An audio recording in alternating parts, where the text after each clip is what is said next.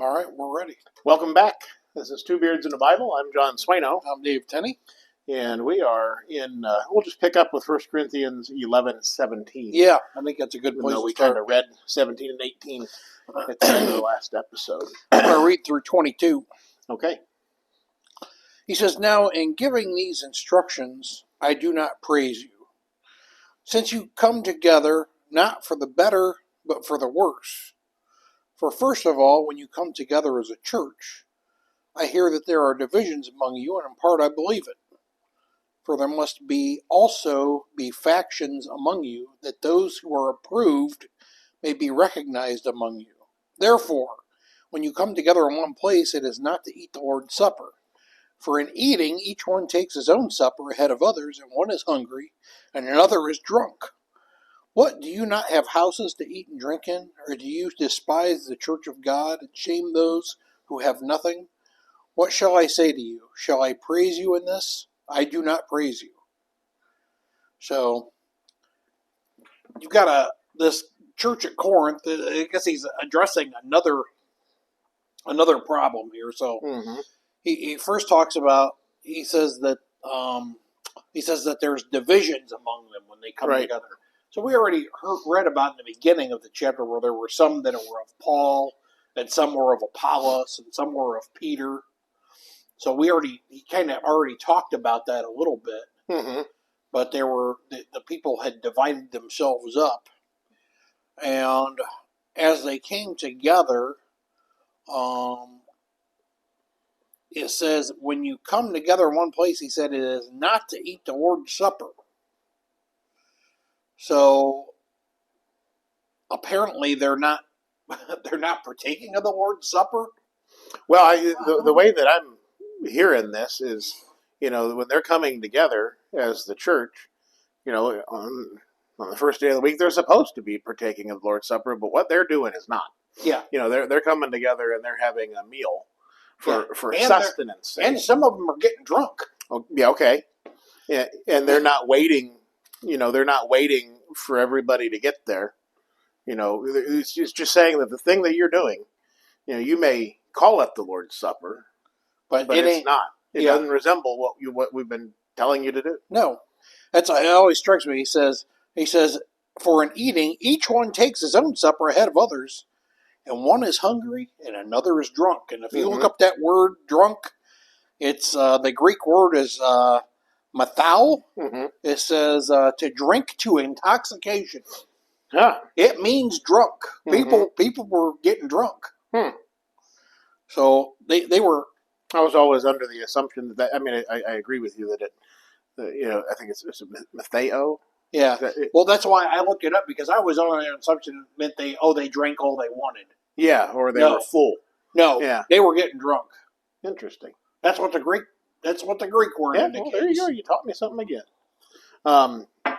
So, and that's, they're taking and treating this as a banquet, basically.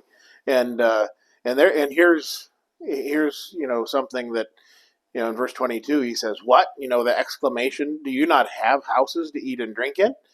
So that's kind of giving you, what is he trying to say? He's trying to say this sort of a meal shouldn't be taking place. That's not part and parcel of what the Lord's church is to do. Yeah. And that's why I think that's one of, if you have a kitchen in your church, you should think about this verse. Right. Right. You should think hard about it. If you have a kitchen in your church building and you use it and you put it there, you should think real hard about what this verse is saying. Yeah. It's again, thinking about what is the job of the Lord's church? What was the Lord's church authorized to do? And most importantly, it is to spread the gospel. Yeah. And the word is able. It doesn't need our help.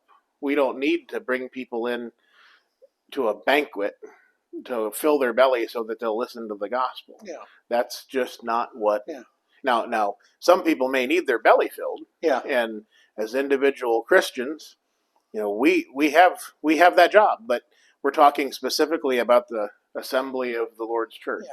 Now, I guess here's what here's where I would make an exception with this. Okay. If we were in a some sort of terrible period where people didn't have food, and this was a place where people could gather together and eat, and everybody, it was done, to take care of the saints that were starving.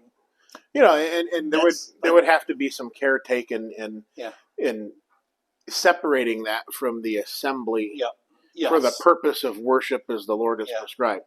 Yeah, it's like when we something that a lot of the assemblies of the Lord's Church do, and we do it at Medina. We've mentioned to the men that we want to make this a regular practice. That when we are in the middle of the Lord's Supper, as a matter of convenience, right after the Lord's Supper, we do the collection. And we say something to the effect of, separate and apart from the Lord's Supper, we're now taking up the collection to delineate that we've now finished this part of our worship and we're moving into the next part. So I know of preachers that are in areas of the world where people have to travel on foot many miles. 10, 12, 20 miles they walk to church, to the assembly on Sunday. And as a matter of necessity in many cases, they'll have a meal together afterwards, but it is most often, from what I can tell in the pictures, it is done outside. It is not done, they're careful not to make it a part of their worship. It's totally separate and apart. And that's something that culturally speaking, we may not have a grasp of that. Yeah, I agree because it, we're just not living in that situation. Yeah. But people in other places, we can't come down hard on them for doing something that they, that again, they're keeping separate from the worship of the Lord's church. Right. Just because they come together, and they eat a common meal that they've all supplied. I guess the other sticking point would be not to supply, not using of the Lord's funds for such things. Yeah, unless it's benevolence. Correct. Then to me that's the exception. Then that's a different a different avenue to bark up. Yeah, absolutely. But when it comes in the realms of entertainment, and that's kind of what that's what we see going on here. I've been a part of in the past religious groups, not the Lord's Church, that there's very much of this social gospel idea that we're going to bring people in to eat dinner, and they'll use terms like we're just going to love on them, or we're just going to it's a fellowship, right. But the thing that people don't understand is that fellowship, biblical fellowship, is centered on Jesus, not on mashed potatoes. Right. There's a difference. Right. And and I'm thinking back of all the different, in retrospect, as I look back, I didn't see the wrong in it at the time. This is many years ago. But in retrospect, as I think back at all the things that took place, there were, at this particular group that I'm thinking of, each week a different Sunday school class would do the meal. And there were specific Sunday school classes that had a huge following because the older ladies could cook. Oh yeah. and the food was better. Oh yeah, sure. And so there was almost that worship of, we're gonna come to this one. Old Mary Smith's cooking on third Sunday. And so it really showed me that, the focus there was not the study of God's word, it was the food. Right. And in every case where someone came in to get that food, I don't remember a one of them that stuck around and meaningfully, was engaged in hearing of the word of God. Yeah, that's why Paul says, he says, do you not have houses to eat and drink in? Yeah. So, I mean, what he's pointing out is that, they didn't come together as a church to have a common meal. Right. Now, are people supposed to be hospitable? Are Christians supposed to be hospitable? Yes, but that's that's the duty of the Christian, not of the church. The church isn't supposed to be hospitable. Right. The members of the church are You know, hospitable. and you mentioned, benevolence. So there's a scriptural directive as far as how benevolence is to take place. Yeah. And if a person has family that can help them, then don't let the church be burdened with when it's speaking of the widows. Let their families take care of them, and if not, and if they're widows indeed, then the church can take care of them. So we sometimes people take that idea of benevolence and they draw that out to cover such a broad area that then they begin to lose track of what actual biblical benevolence is. I was told a story about Thayer Street, the Thayer Street Church of Christ, which is closed now. Mm-hmm. They closed a few years ago. Kind of a sad thing, but at one time they had like 500 members. And I guess in the basement, I was never in the basement, but I guess there was an old stove down there. Oh. And one member that I'm friends with, he remembers that from when he was a kid, and he asked his dad, he said, "What's that stove for?" And I guess during the Great Depression, some of the members would get together there and make like a big pot of soup, and then they like basically package it up and give it and take it to the members that were in a bad way. Oh, okay. Huh. So they would use that as just a central place to get together. Yeah. And but to me that's benevolence. Uh-huh. Right. That's what that is. I never heard that. Yeah, I thought that was pretty interesting. And the other thing that I can tell you from my experiences is I've traveled and I've been to different assemblies of the Lord's Church. I've really seen some wonderful hospitality where I can think of assemblies where each week, and these are people that maybe have to come from a far distance because they're out in the country. Each week, one of the people will have a meal at their house, and so between services, a couple of the families go to this person's house, and a couple of the families go to this person's house. It's all worked out amongst themselves, and it's not anything that the church is involved in, but they have that hospitality between each other to ease the burden, because some of them, it just wouldn't be feasible for them to drive home and then come back for the afternoon or evening service. Yeah. So, that's the idea of, that individual benevolence is where this sort of thing should lie most, all the time. Yeah. I think Paul is pretty clear on this that, Mm-hmm. that when they came together, the purpose was for worship. Right. When they met as a church, the purpose was to worship. It wasn't to have a meal together. Right. Right. That's an individual work that Christians ought to do. Right. That's why he says, "Or do you despise the church of God and shame those who have nothing?" Mm-hmm. Even they weren't even sharing with those that didn't. Right. There's a multitude of things that they are doing is wrong. He says, "Shall I praise you in this?" He says, "I do not praise you." Right. Let's move on. So go ahead. I'm sorry. I was going to say, then this next section is laying out what you're supposed to do. Yeah, he's saying you're not doing the Lord's Supper. Now this is what you're supposed to do. Yeah. Why don't you go ahead and read it? Okay, starting at verse 23. Just go to the end of the chapter. Or do you have a stopping point? You want me to read to the therefore in 27? Yeah. Okay. All right, so in verse 23, "For I received from the Lord that which I also delivered to you, that the Lord Jesus on the same night in which he was betrayed took bread. And when he had given thanks, he broke it and said, 'Take, eat. This is my body, which is broken for you. Do this in remembrance of me.' In the same manner, he also took the cup after supper, saying, 'This cup is the new covenant in my blood. This do as often as you drink it in remembrance of me.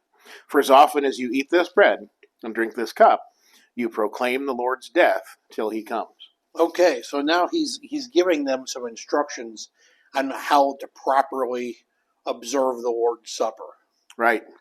There's something here in verse 23 that just hit me that I've really not, it's not sunk in until just now. "For I received from the Lord that which I also delivered to you." So he's telling them, I told you so. Yeah. I've already told you. I've already told you this. Yeah. Yeah, I don't know how delivered many it to you. thousands of times I've read that and I didn't catch. I didn't catch that. I never noticed that either. That's Yeah. awesome. Yeah. So he's telling them again. But go ahead. Go ahead. I Right. interrupted you. So he just tells them basically, that Jesus. He talks about Jesus instituting the Lord's Supper. The night he was betrayed, he took the bread, and when he given thanks, this I believe is in Matthew chapter 26. Is Jesus instituting the Lord's Supper? Uh, bu- bu- bu- bu- I'm pretty darn sure that's where it's at.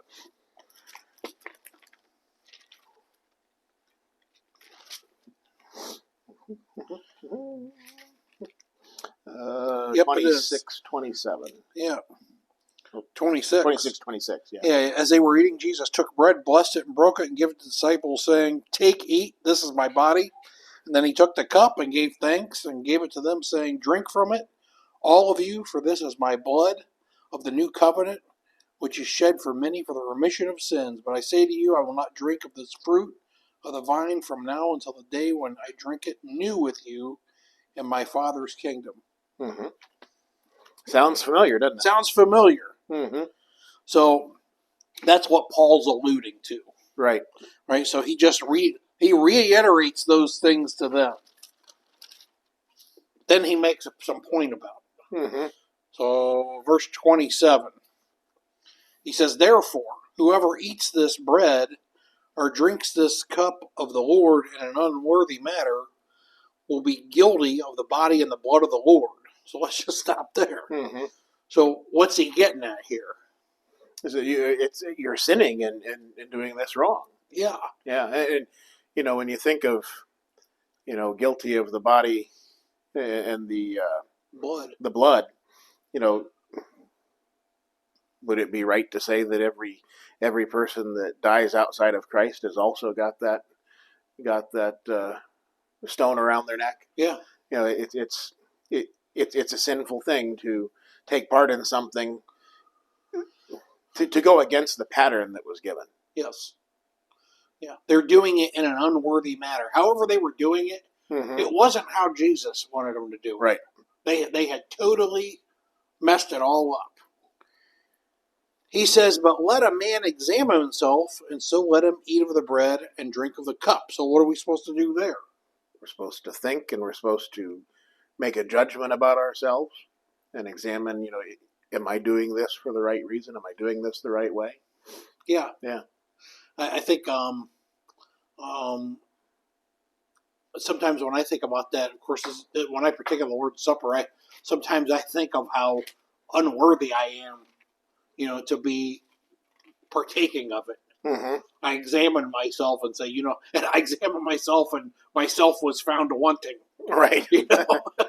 And I realize without that sacrifice, I would be absolutely going to hell. Right. In 2 Corinthians 13:5, it says, "Examine yourselves as to whether you are in the faith. Test yourselves.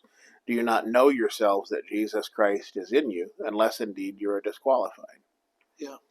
So it's that testing. It's that looking inwardly. Yep. Which, so many times people, we've probably all been there, where we just don't want to. Yeah. We don't want to think about those things. It says, "For he who eats and drinks in an unworthy manner, eats and drinks judgment to himself, not discerning the Lord's body." So, obviously, somebody's not thinking about the right things. Mm-hmm. They're not doing it in remembrance of Jesus. Right. They're doing it for some other reason. He says, "For this reason, many are weak and sick among you, and many sleep." Was he talking about physically? Well, you could be death. Yeah. Many are dead. Spiritually. Yes. Right? He's not talking physically, he's talking spiritually. He says, "For if we would judge ourselves, we would not be judged. But when we are judged, we are chastened by the Lord, that we may not be condemned with the world." Mm-hmm. So what's he mean by that? If we basically study to show ourselves approved, I've got a link here in my Bible to 1 John 1:9, that being the second law of pardon. Yeah. If you think to yourself about, Am I worthy? Am I doing things according to the will of the Lord? Yeah. And if not, I need to make things right. I need to repent. Yep. If you would righteously judge yourself, Mm-hmm. you would not need to be judged. Right. Therefore, my brethren, when you come together to eat, wait for one another. But if anyone is hungry, let him eat at home, lest you come together for judgment, and the rest I will set in order when I come. So when you come together, don't come there to eat because you're hungry. Right. That's not the purpose of coming together.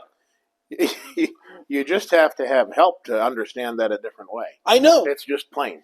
I know. So if you're thinking, oh, our church has a kitchen, Mm-hmm. well, the church has got no business in the kitchen business, Right. unless it was for benevolence. Right.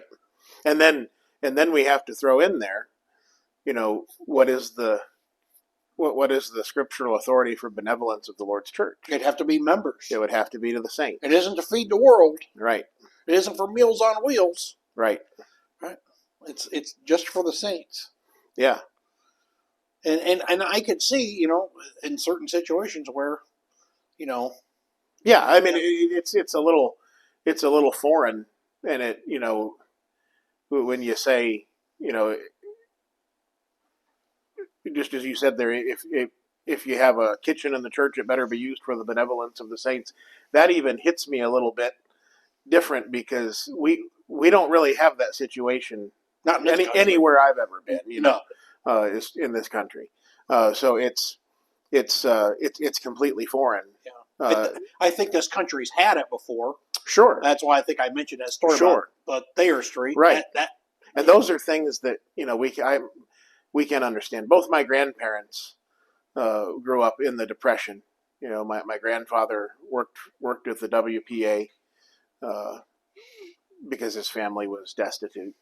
And my grandfather on my dad's side, was my grandparents got married in 1929 at the height of the Depression. Wow. There, so it's they lived through some hard times, and it's things that we can't even comprehend. No.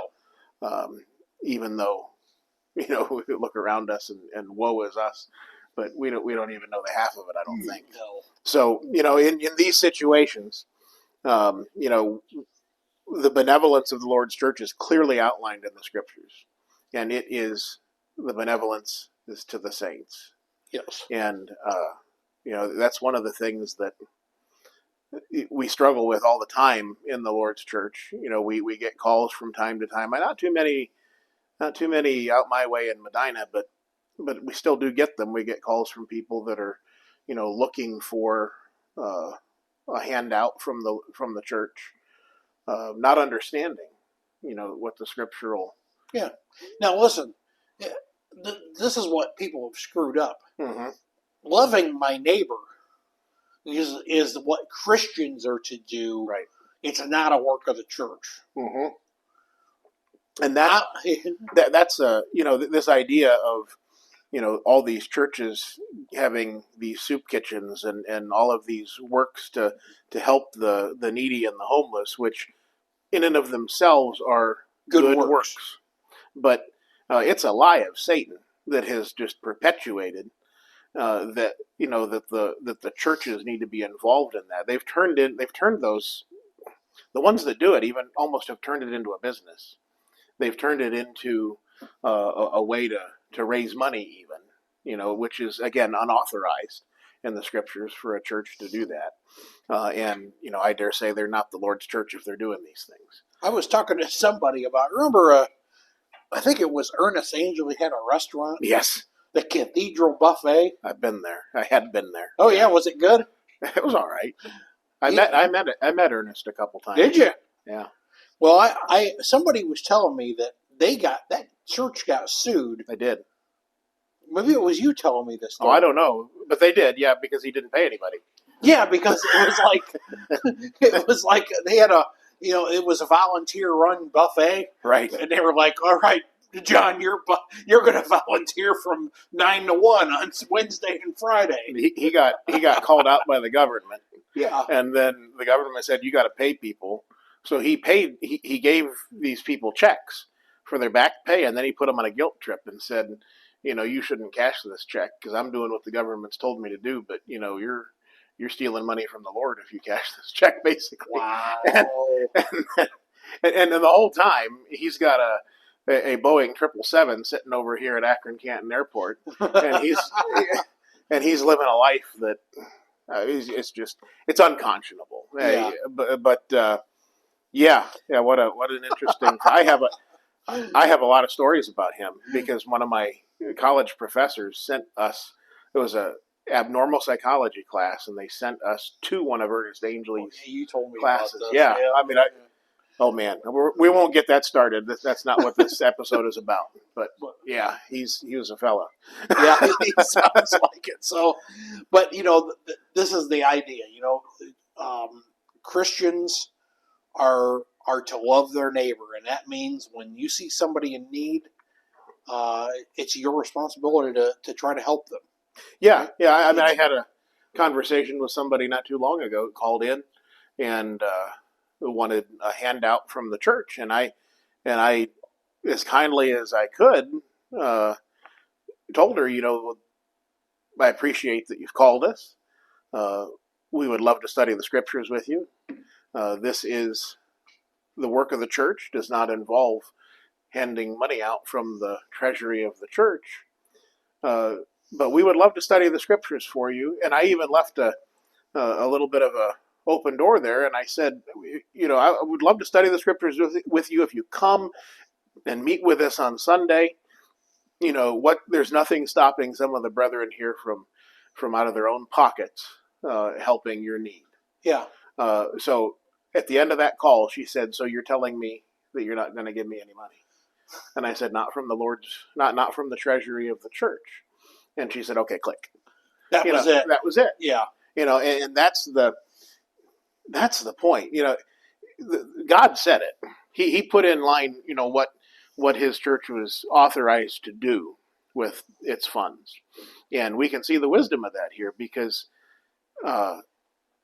what would happen if we were to use all of the funds from the Lord's church to save the whole world physically, and Well, you wouldn't pay have for any money to everybody's do bills. anything spiritually, right? Right. And you have to keep things laser focused on what is the will of the Father. What did Christ come here to do? To save souls. It's a spiritual work. Yeah. It's not a Right. physical work. And- People and- have lost that side of that. And it works.